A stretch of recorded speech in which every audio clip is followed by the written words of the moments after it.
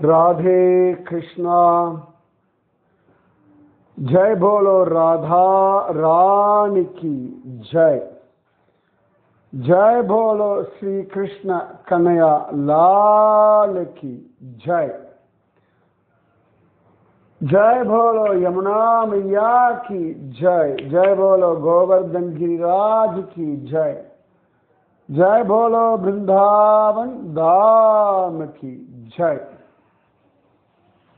பிருந்தாவனம், பிருந்தாவனத்தினுடைய அழகான விஷயங்கள் பல மகாத்மாக்கள் பலவிதமாக அனுபவிக்கிறார்கள். ஒவ்வொருத்தருக்கும் கிடைக்கிற அனுபவங்களை பார்த்தோம்னா ஆஹா இத்தனை ஜோரா இருக்கே அப்படின்னு மெய் சிலிர்க்கும்படியாக தான் இருக்கு. கோபால விம்சதி அப்படின்னு சொல்லி நிகமாந்த மகாதேசிகர் ஒரு 20 ஸ்லோகம் சொல்லியிருக்கார். அதுல முதல் ஸ்லோகம் ஆரம்பிக்கிறார். வந்தே பிருந்தாவனச்சரம் வல்லவி ஜனவல்லபம் ஜயந்தி சம்பவம் தாம வைஜயந்தி விபூஷணம். ரொம்ப அழகா சொல்றார். ஸ்ரீ ஜெயந்தியில் அவதாரம் செய்ததும் பிருந்தாவன வீதிகளில் அலையக்கூடியதும் கோபி ஜனங்களுக்கு பிரியமானதும் வைஜெயந்தி மாலையை தரித்ததுமான நீலஜோதியை நான் வணங்குகிறேன். பிருந்தாவனத்தை அப்படி அலையிறதான் அந்த நீல ஜோதி. இங்கேயும் அங்கேயுமா அலையிறதான். பகல் பொழுதுல கோபாலர்களோட அலையிறதான், ஃப்ரெண்ட்ஸோட மாடு மேய்க்கிறதுக்கு அலையிறதான், மாடுகளோடு கன்றுகளோடு அலைகிற அதே திருவடிகள் சந்தியா காலம் ஆயாச்சு, ராப்பொழுது வந்தாச்சு அப்படின்னா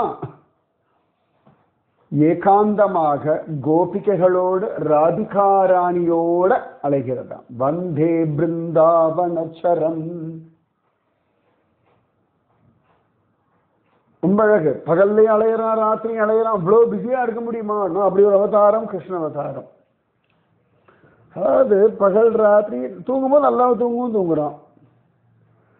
கோபாலர்களுக்கு என்ன கிருப்பையோ அதுல குறைவில்லாம கிருப்பை பண்றானா. அவர்களோட பேசுறது, சிரிக்கிறது, குசும்பா கிண்டல் பண்றது, குத்துறது, அடிக்கிறது, எதையான ரகசியம் சொல்லி சிரிக்கிறது, அவர்களோட சாப்பிடுறது, அவர்களுக்கு ஏதானும் பிருந்தாவன காடுகள் இருக்கக்கூடிய அதிசயங்களை காட்டுறது,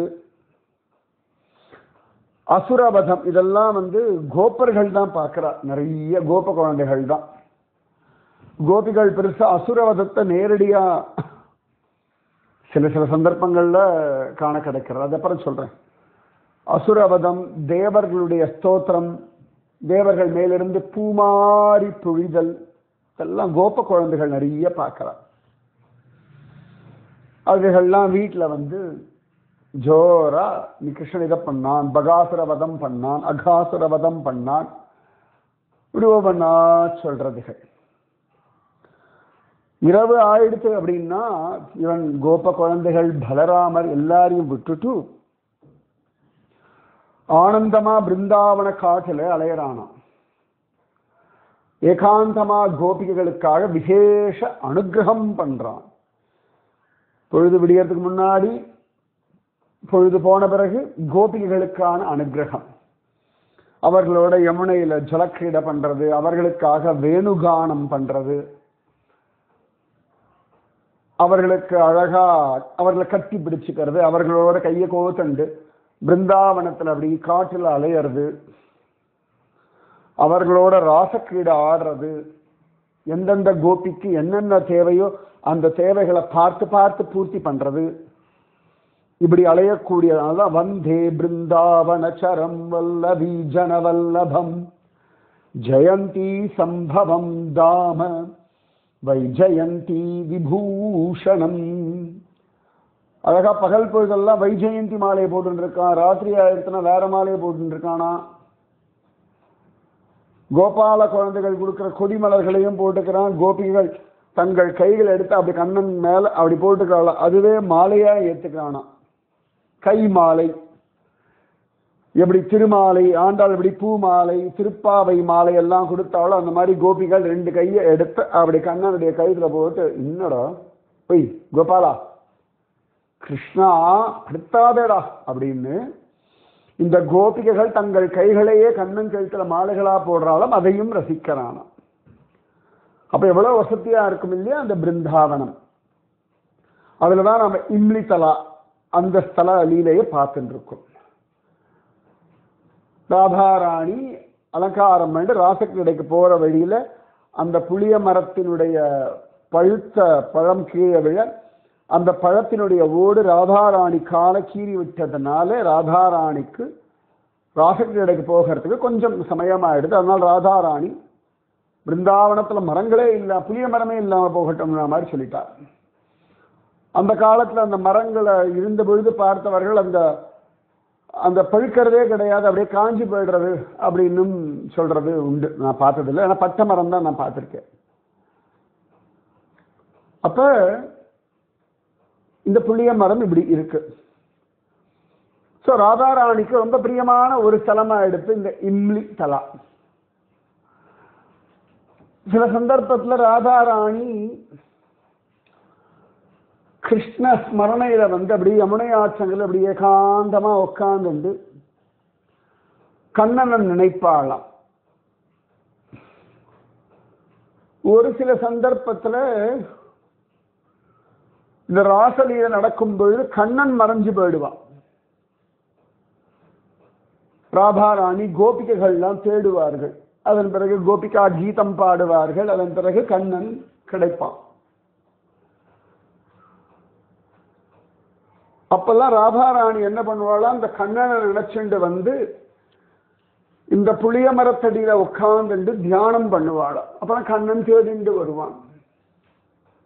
இப்படி எல்லாம் நடக்கும். அதனால ராதாராணியை காணணும்னா கண்ணன் தேடிண்டு வர இடம் இந்த புளிய மரமா எடுத்து. ஒரு சந்தர்ப்பத்துல ஜோரா ஒரு ராசலீலா நடக்கிறது. கோபிகைகள் தங்களையே கண்ணனுக்கு ஆத்ம நிவேதனம் பண்ண, கண்ணன் தன்னையே கோபிகைகளுக்கு சமர்ப்பணம் செய்வது ராசலீலா. இதுக்கு நீங்க யாராக இருந்தாலும் உங்களை ஆத்ம சமர்ப்பணம் பண்ணலாம். கண்ணா உன்னிடத்தில் என்னை கொடுக்கிறேன், ஃபுல்ல ஆத்மார்த்தமாக, ஹோல் ஹார்ட்டட்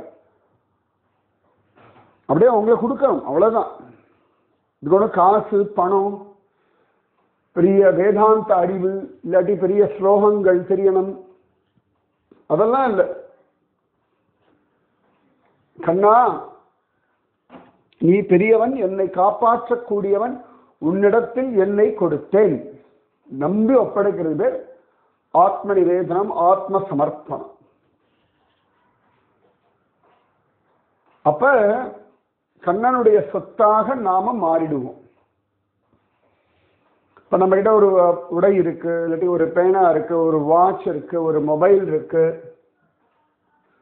நம்மளோட செருப்பு இருக்கு, எல்லாம் அப்படி நாம் நம்முடைய சௌகரியத்திற்கு ஏற்றாற் போலே உபயோகப்படுத்திக்கிறோம். இப்ப செருப்பு இருக்கு, பார்த்து பார்த்து வாங்குறோம். ஆனா செருப்பை வீட்டுக்கு வெளியில தானே விடுறோம். அது வெளியில போட்டு போற செருப்பை கிச்சனுக்குள்ள போட்டுட்டு வரமாட்டோம். வீட்டுக்குள்ளே சில பேர் செருப்பு போட்டு பாவாவா சௌகரியம், சரீர உடல் உபாதைகள் இதை பொறுத்து இருக்கு. சில பேரோட தடச்சில்லுன்னு இருக்கும் சில ஊர்கள் எல்லாம். அப்ப செருப்பு போட்டுப்பார்கள். இப்ப பத்ரிகாசம்லாம் போனா நாங்கெல்லாம் ரூம்குள்ளே செருப்பு போட்டு தான் இருப்போம். ஏன்னா அப்பதான் அந்த சின்ன காலை பாதிக்காது. வயசானவா நிச்சயமா சாக்ஸ் எல்லாம் போட்டுப்பார். ஆனா வெளியில போட்டு போற செருப்பு வெளியில தானே வைப்போம் இல்லையா? பல ஆயிரம் ரூபாய் கொடுத்து வாங்கியாலும், பல ஆயிரம் ரூபாய்லாம் உண்டு, 10,000 12,000 20,000 ரூபாய்க்கெல்லாம் ஷூ எல்லாம் உண்டு. அதெல்லாம் போட்டுட்டாலும் அதை வச்சு ஓடுவா எல்லாம். ஆனால் வீட்டுக்கு வெளியில தான் வைப்போம். அதுக்கு ஒரு பெரிய அதுக்கு அங்கதான் இருக்கணும். ஒரு மொபைல் போன் வாங்குறோம், அதை வீட்டில் வச்சுப்போம், பத்திரமா வச்சுப்போம். தங்க நகை இருக்கு, அது எங்க வைக்கணுமோ அங்க வைப்போம். துணிகள் எங்க இருக்கோ அது அங்க வைக்கணும். இப்படி இருக்கு இல்லையா? அதுபோல நாம் உபயோகப்படுத்தக்கூடிய பல பொருட்கள்லயே எந்தெந்த பொருட்களை எந்தெந்த இடத்துல வைக்கணும், எப்படி வைக்கணும், நாம எப்படி உபயோகப்படுத்திக்கணும், எந்த இடத்துல உபயோகப்படுத்திக்கணும்னு ஒரு நிர்ணயம் வச்சிருக்கோம் இல்லையா? இப்ப வீட்டில் கம்பளி போர்வை இருக்கும், குளிர்காலம் வந்தா எடுத்துக்கொள்வோம் இல்லையா? இப்ப நல்ல ஊரே சில்லுன்னு இருக்கு அப்படின்னா ஏசி போட்டுக்க மாட்டோம், வெயில் காலத்துல ஏசி போட்டுக்கும். அந்த மாதிரி நாம் கண்ணனுடைய சொத்தாக மாறியாச்சுன்னா கண்ணன் தன் இஷ்டப்படி தனக்கு உபயோகப்படும்படியாக நம்மை ஏற்றுக்கொள்வார். ரொம்ப அழகான ஒரு சுகம். அவன் சொத்துக்குரியவன், நாம் சொத்து அப்படின்ற ஒரு பாவம் இது. சரியா? தூக்கத்துல நாம நம்மள சமர்ப்பணம் பண்றோம் கண்ணன் கிட்ட. அப்பதான் நமக்கு ஒண்ணுமே தெரியறதில்ல, அப்படி ஒரு தூக்கம் தூங்குறோம். சரியா? எழுந்தோன்னு அப்பாடான் இருக்கு. ஏன்னு கேட்டா கண்ணன் இடத்துல நம்மளை ஒப்படைச்சிட்டோம் இல்லையா? இந்த ஒப்படைச்ச உடனேயே நம்முடைய கட்டுப்பாடுகள் இதெல்லாம் நம்மளை கட்டுப்படுத்திட்டு இருக்கோம். நம்முடைய பயம், கோபம், பொறாமை, வெறுப்பு, சந்தேகம், ஏமாற்றம், எதிர்பார்ப்பு நிறைய இருக்கு பார்த்தீங்களா? இது எல்லாத்திலிருந்து நாம விடுபடுறோம் எப்ப? தூக்கத்துல நமக்கு தெரியாமலேயே நாம கண்ணன் கிட்ட நம்மளை கொடுத்துடுறோம். அவ்வளவு ஈஸியா இருக்கு பாருங்க. அந்த மாதிரி நாம நினைவோட கண்ணன் இடத்துல நம்மளை கொடுத்தது பேரு ஆத்ம சமர்ப்பணம். எப்படி தூக்கத்துல கண்ணன் நம்மளை அழகா பத்திரமா பாதுகாத்து சௌகரியமா வச்சுக்கிறானோ அந்த மாதிரி முழிச்சுட்டு இருக்கும் பொழுது நம்மளை வச்சுட்டு இருப்பான். அதுதான் ஆத்ம நிவேசனம். அப்படி பண்ணி ஆச்சுன்னா கண்ணன் விதவிதமான லீலைகள் பண்ணி நம்மளை குஷிப்படுத்தலாம். இதுல ஆண்கள் பெண்கள் யாரவனா இருக்கும், அந்த பாவம் கண்ணனிடத்திலே என்னை கொடுத்தேன் அப்படின்ற அந்த பாவம் தான் முக்கியம். இப்ப சமயத்துல வீட்டுல பெண் குழந்தைகள் இருக்கும், அதுங்களுக்கெல்லாம் அம்மா அதுக்கு அலங்காரம் பண்ணுவாங்க. அந்த குழந்தைக்கு ஈஸியஸ்ட் டார்கெட் யாருன்னா ஒண்ணு அப்பா, இல்லாட்டி அதை விட குட்டியா இருக்க சகோதரன், இல்லாட்டி அண்ணா, யாரோ ஒருத்தன். உடனே அந்த அண்ணாவுக்கோ தம்பிக்கோ அப்பாவுக்கோ குடுமையெல்லாம் போட்டு அதுக்கு மையிட்டு விட்டு அப்பாவுக்கு இது மையிட்டு விட்டு அதுக்கு என்னெல்லாம் பண்றாங்களோ அத்தனையும் பண்ணி இந்த ஆண்களுக்கும் தலையில பூச்சூடி விடும், தான் அலங்காரம் பண்ணும், சந்தோஷப்படும். அந்த மாதிரி கண்ணனிடத்தை நாம நம்மளை கொடுத்துட்டோம் வச்சுக்கோங்களேன், ஆனந்தமா கண்ணன் விதவிதமாக நம்மளை குஷிப்படுத்துவான், விதவிதமா நம்மளை கவனிச்சுப்பான், விதவிதமா தன்னுடைய காருண்யத்தை நமக்கு புரிய வைப்பான். ராசலீலை அப்படின்றது கண்ணனை நாம் அனுபவிப்பது, கண்ணன் நம்மை அனுபவிப்பது. இதுதான். அப்போ ஒரு நாள் ராசலீலையும் பொழுது ராதாராணி டக்குன்னு ஒளிஞ்சின்றுவா. அந்த இடத்துல இருந்து ராசன் நல்ல ஜோரா ஆடிட்டு இருக்கான், கண்ணனும் கோபிகைகளும். திடீர்னு ராதாராணி மறைஞ்சு போயிடுறா, அந்த இடத்துல இல்லை. ராதாராணி கிளம்பின உடனே கண்ணனுக்கு என்னமோ அந்த ஒரு குதூகலம் இல்லை, அந்த ஒரு பெரிய ஈடுபாடு அவனுக்கு மாறது. என்ன ஆச்சு, ஏன் அப்படின்னு திரும்பி பார்த்தா ராதாராணியை காணல. ஓ, ராதாராணி எங்க போனாள் என்று ராதே, ஹே ராதே ராதே அப்படின்னு கண்ணன் உடனே சரி எப்படி இந்த இம்லி தலா பக்கம் வந்திருப்பாங்க, வந்து பார்க்கலாம்னு வரான். வந்தான், பார்க்கிறான், அங்க ராதாராணி இல்லை. உடனே கண்ணன் பார்த்தான், ஹே ராதே. அப்பா கண்ணன் விட்டுட்டு போகும்போது ராதாராணி புலம்ப, உனக்கு தெரிய மாட்டேங்கிறது அந்த பிரிவு துயர்னா என்னன்னு, இந்த பிரிவு துயர் உனக்கு தெரிய மாட்டேங்கிறது அப்படிங்களா. ஆண்டாளே நாச்சியார் திருமொழியில சொல்றா, 13ஆம் திருமொழியில, கண்ணன் என்னும் கருந்தெய்வம் காட்சி பழகி கிடப்பேனை புண்ணில் புலி பெய்தார் போல புறநின்று அழகு பேசாதே பெண்ணின் வருத்தமறியாத பெருமான் அறையில் பீதக வண்ணவாடை கொண்டு என்னை வாட்டம் தனிய வீசீரே. கண்ணன்ற ஒரு கரிய தேவன் எல்லாம் பழகி கடந்து என்னை பார்த்து மயங்கி கிடக்கிற என்னை பார்த்து புலம்புற தாய்மார்களே, இந்த புண்ணில ஒரு புலி ரசத்தை பெஞ்சா என்ன பாடுபடுத்தமோ அந்த மாதிரி எதையோ பேசுறதை விட்டுட்டு